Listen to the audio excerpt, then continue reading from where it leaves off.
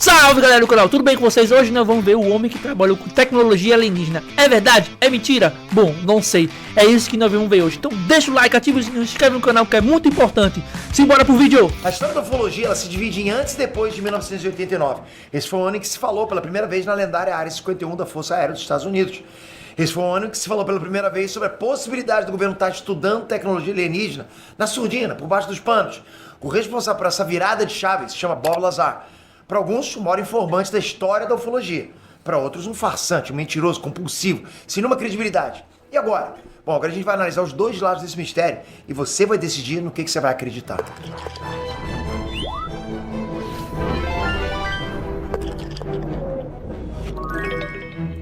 Inês Trunks, Peter aqui. Bom, a Área 51 ela já foi explorada em jogos, em séries de TV, em livros, filmes, em quadrinhos. É praticamente um santuário da cultura pop. O que pouca gente sabe é que essa Área 51 mania, né, tem data certa de início. Foi em 1989. Antes desse ano, praticamente ninguém comentava sobre esse lugar.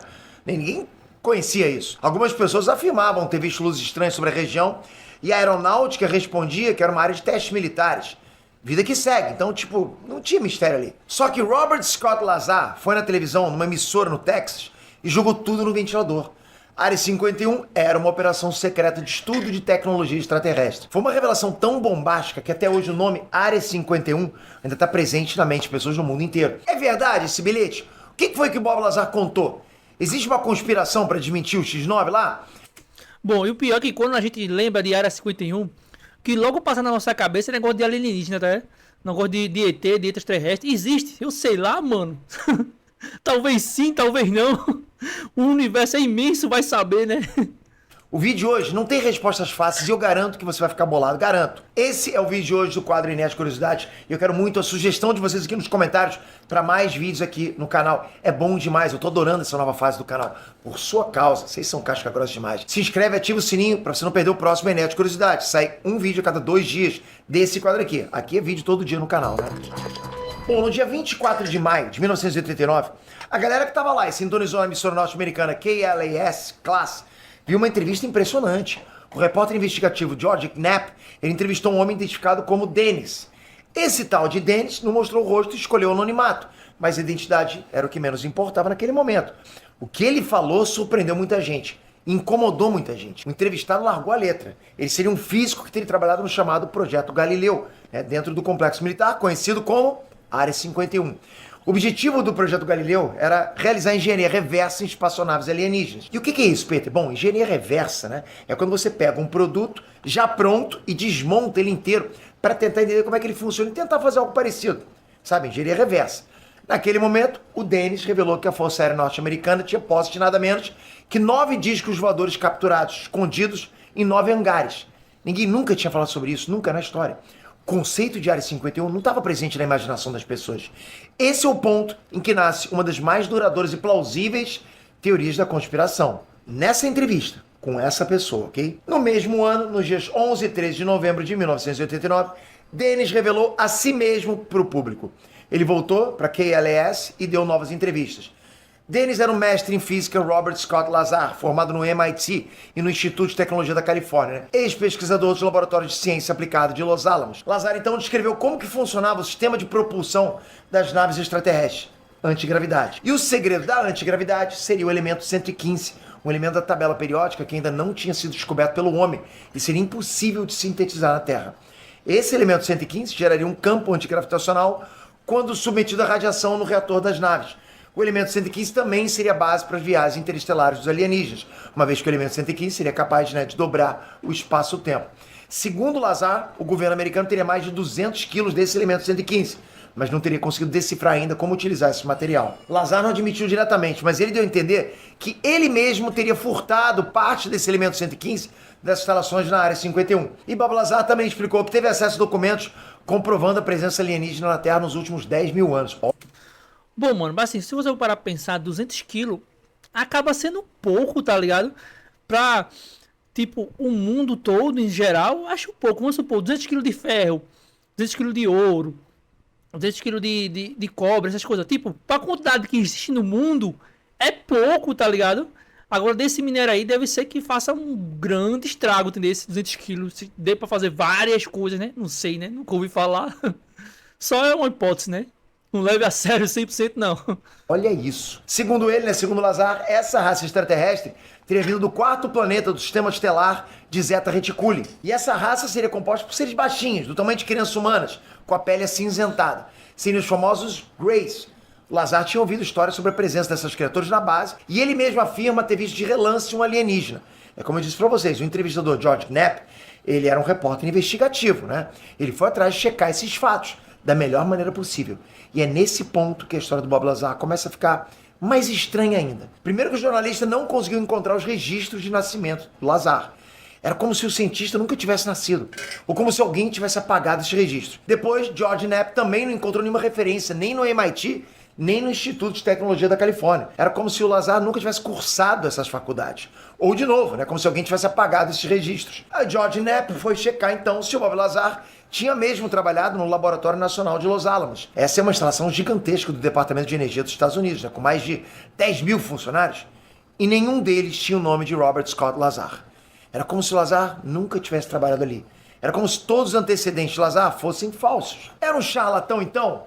Não. Lazar e o Knapp foram pessoalmente até o Laboratório Nacional de Los Alamos e os seguranças de lá deixaram o Lazar entrar normalmente. Eles conheciam o Lazar. Eles nem pediram credencial nem nada. Lazar e Knapp passearam pelos corredores de Los Alamos e vários profissionais que trabalhavam lá acenaram e cumprimentaram Lazar como se já conhecesse de longa data ele. Mesmo assim, estranhamente, não havia Lazar nenhum nos registros de contratos. Knapp também encontrou uma publicação de um jornal local apontando Bob Lazar como um profissional do Laboratório Nacional de Los Alamos. A edição de julho de 1982 do jornal Los Alamos Monitor trazia até mesmo uma foto do Bob Lazar ao lado do projeto de um carro-foguete. Não tinha a menor dúvida, era ele, ok? Bob Lazar era real. Bob Lazar tinha trabalhado em Los Alamos. O jornal ainda chamava ele de físico, né? Como podia? Eu tô insistindo nessas evidências porque vários artigos na internet tentam apontar o Bob Lazar como um mentiroso. Esses artigos sustentam que ele mentiu sobre a carreira dele, mentiu sobre a formação dele e teria até mesmo conexão com crimes. Bom, alguma coisa de lá esse cara era. Porque o cara entra na área que é proibida pra galera. Conversa com todo mundo, acena e todo mundo dá tipo um tchauzinho, um beleza, alguma coisa do tipo assim. Então ele era conhecido. Talvez o nome dele fosse outro, né? A partir daí a conclusão seria de que tudo que ele falou sobre a Área 51 também seria uma mentira ou um golpe. Existem muitos elementos que apontam para a hipótese de tudo ser uma grande mentira. Mas esses também são elementos que poderiam ser explicados por uma grande operação de acobertamento. E é curioso que o registro de nascimento do Bob Lazar tenha sumido, né? Mas os registros escolares não. Como é que pode isso? Esses registros escolares mostram que o Bob Lazar não estava na lista dos alunos mais inteligentes, por exemplo. Então é garantido que as notas dele, do Lazar, não teriam aberto as portas do MIT ou do Instituto de Tecnologia da Califórnia. Ao mesmo tempo, foram preservados registros de uma espécie de faculdade comunitária que o Lazar teria cursado no mesmo período que ele afirma ter cursado o MIT. O governo dos Estados Unidos forjou esses registros para abafar as atividades secretas na Área 51 para desacreditar um único informante? Pode parecer que sim, né? Ainda assim, Bob Lazar nunca conseguiu citar o nome de um único professor ou colega de turma que ele teria conhecido durante o período dele nas universidades que ele diz que cursou. É muito estranho, cara. Tudo isso é muito estranho. Não existem testemunhas desse período. E agora?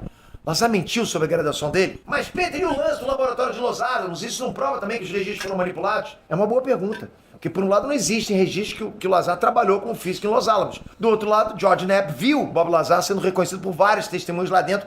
Ainda tem um lance do jornal, né, com a foto dele. O jornal de 7 anos antes. E agora? O governo apagou esses registros? Existem duas explicações igualmente plausíveis para isso. Vamos lá. A primeira explicação é que Bob Lazar teria trabalhado como técnico terceirizado, sem formação em física. Uma vez que ele era funcionário de uma prestadora de serviços, o Laboratório Nacional de Los Alamos em si não teria registro dele. Sobre a matéria no jornal, o autor da reportagem admitiu depois que ele não chegou se o Bob Lazar era mesmo físico. Ele só publicou o que o próprio Lazar afirmou na época, né? Então é um terreno bem nebuloso. É muito difícil bater um martelo para um lado ou para o outro. As duas versões fazem muito sentido, as duas versões têm furos. Mas, e os crimes? Bom, se você achava que a história do Bob Lazar não podia ficar mais bizarra, bom, ela fica bem mais bizarra. Em 1990, Bob Lazar foi preso por cumplicidade numa rede de prostituição. Uepa, cara, como assim, galera? Do nada, do nada. Exatamente um ano depois das entrevistas, surge um lance desses? Parece um negócio armado, não parece que armaram pra ele, não parece? Bom, essa acusação foi reduzida para aliciamento, que também é um crime grave, mas com pena mais leve. Aliciamento o que é? Você convencer alguém a fazer algo errado. Bom, Bob Lazar estava convencendo o moço a seguir a profissão de dama da noite? Era isso? Bom, o próprio Lazar se declarou culpado por aliciamento. A impressão que fica é de que aconteceu algum tipo de acordo, sabe? É a impressão que fica. Bom, Bob Lazar acabou condenado a 150 horas de serviço comunitário, ficou proibido de se aproximar de bordéis e concordou em se submeter à psicoterapia. E tipo, foi de 0 a 100, tá ligado? O cara saiu de físico que viu ET, entretenimento adulto. Tipo, foi de 0 a 100 numa velocidade. Mano, isso tá muito estranho mesmo. De novo, é um terreno bem nebuloso, como eu falei pra vocês. A situação tem todas as características de ser armada. E Bob Lazar poderia ter cedido nessa armação. Com esse esquema, a reputação do informante ficou abalada. Em 2006, Bob Lazar se envolveu num outro crime, a venda de substâncias controladas. Foi droga? Foi remédio para emagrecer? Não. Foram produtos químicos para a fabricação de fogos de artifício. Bob Lazar até hoje vive de uma lojinha que vende substâncias químicas exóticas para colecionadores, químicos e físicos profissionais. E pegaram o cara vendendo uma substância regulada pelo governo, que não podia ser vendida entre 2 estados diferentes. A pena... multa de $7.500, só isso. Bom, sem querer passar pano, mas já passando, a gente aqui, né, esbarrou em vários artigos durante nossa pesquisa, mencionando que o Bob Lazar seria um criminoso, um mau caráter. Só que no meu entendimento, ele cometeu 2 crimes pequenos. Aliás, ok, não sou eu dizendo que são pequenos, só as penas mostram isso, né? São penas pequenas. O primeiro tem muita cara de armação, e o segundo crime, tipo, é uma tecnicalidade, uma burocracia que ele ignorou. Isso realmente invalida o testemunho dele sobre a Área 51. Só que não para por aí. Em 2016, quase 30 anos depois daquela entrevista, Bob Lazar recebeu uma visita do FBI na lojinha dele. Mandado de busca e apreensão escambau, né? Bob Lazar estava de novo com George Knapp no meio da filmagem de um documentário quando apareceu a polícia, agentes da SWAT, tudo mais. Era uma tentativa de coação? Talvez. Oficialmente, o FBI foi na lojinha por causa de uma investigação de assassinato. Como assim? Uma certa Janelle Struzel tinha sido envenenada com sulfato de talho, uma substância mortal que não tem cheiro, né? Não tem cor, não tem gosto. É considerado veneno perfeito, mas é uma substância extremamente rara. E o que a lojinha do Bob Lazar vende? Substâncias químicas extremamente raras. Coincidência? Mais uma vez eu vou dizer pra vocês, talvez. Lazar não estava sendo acusado de nada, mas o FBI queria saber se o veneno tinha saído da loja dele. Normal, né? A batida aconteceu justamente durante as gravações do documentário. Mesmo assim, Lazar colaborou com as investigações e entregou 15 páginas de documentação de vendas de sulfato de talho, e-mails trocados lá com o suposto comprador e outros dados. Tudo esclarecido? Não exatamente. No documentário, Lazar afirma textualmente que a batida foi para localizar o elemento 115 que ele supostamente teria extraviado da Área 51. Lazar alega que ouviu 2 soldados da SWAT reclamando que a operação não era nada do que estava escrito no relatório. Outra armação? Bom, aqui eu tenho que defender o outro lado, ok? A investigação de assassinato é real, já estava rolando muitos meses antes de ser emitido o mandado de busca, né, para a lojinha do Lazar. Além disso, galera, raciocina comigo, ok? Se o Lazar estava mesmo com o elemento 115 furtado, por que o governo ia esperar 27 anos para correr atrás de prejuízo? Não faz sentido. Então quem não está fazendo sentido agora é o próprio Lazar. Ainda assim, a coincidência parece perseguir o Bob Lazar, só dizendo. Bom, se você assistiu até aqui esperando uma grande revelação que comprove um lado ou outro dessa história, infelizmente não tem, não existe. O que existe é a dúvida, é o mistério. Eu vou fechar aqui com 2 detalhes que tornam essa história ainda mais bizarra. Sim, mais bizarra ainda. O primeiro fato é que o elemento 115 existe. Como assim, Peter? Em 2003, cientistas russos conseguiram sintetizar num laboratório em Moscou o elemento de número 115 na tabela periódica. Por causa disso, o elemento foi batizado de moscóvio. Moscou, sacou? Infelizmente, moscóvio não tem nenhuma das propriedades mencionadas pelo Lazar. Na verdade, o moscóvio dura muito pouco. Ele decai em menos de 1 segundo, é extremamente instável. Então, como é que o governo americano teria estoques desse material? Ou o ser humano não dominou direito a técnica de fabricação, ou esse não é o mesmo elemento 115 da história, ou o elemento 115 da história nunca existiu. O segundo fato é uma história contada pelo Bob Lazar em eventos de ufologia. Porque depois da revelação, ele virou figurinha fácil, né, em congressos e palestras do gênero, mesmo ele alegando que o governo tentou silenciar ele. Então, assim, num desses eventos, em 1993, Bob Lazar contou um incidente que teria acontecido na Área 51. Bom, segundo ele, tinha lá um protocolo de convivência com os extraterrestres dentro da base. Uma das regras era que os humanos não poderiam portar armas próximos de alienígenas. Um oficial da aeronáutica teria aparecido armado numa sala de aula onde estavam 44 cientistas humanos e vários extraterrestres. Na mesma hora, os extraterrestres responderam a essa violação de protocolo. Os alienígenas teriam matado o oficial instantaneamente, ali mesmo. Vapo! Outros oficiais teriam visto o incidente pelos monitores e invadido a sala. Morreram também. Os alienígenas teriam aproveitado o embalo e passado serol também nos 44 cientistas. 44 cientistas, mas não sei quantos oficiais da aeronáutica teriam ido de base e o governo abafou tudo. Bom, segundo Lazaro, o governo ainda teria tomado cuidado só contratar pessoas sem laços familiares conhecidos. É uma história inventada? Lazaro forçou a amizade aí, foi longe demais? As outras histórias que ele contou são reais ou também são invenções? As respostas podem ficar escondidas para sempre, ou podem ser reveladas a qualquer momento, né? Ninguém sabe. Agora quero saber a sua opinião. Bob Lazar é o maior causeiro do século XX ou é o informante que contou demais e foi perseguido pelo governo? Eu honestamente não sei o que responder. Eu quero ver seu comentário aqui embaixo que vai ser importante. Bom, se Bob Lazar tá falando a verdade, eu não sei. É meio difícil de acreditar quando não se tem provas, né, velho? Tipo, você falar que algo existe, mas se você não tem prova pra provar, é meio difícil. Ah, mas ET existe ou não? Eu lá que sei, mano. O que fica na minha cabeça é o universo é imenso, velho. Pode ser que exista, pode ser que não. Vai lá saber. Enquanto não for provado, a gente fica aqui de boa, só a gente mesmo. Fica difícil acreditar nele, né, velho?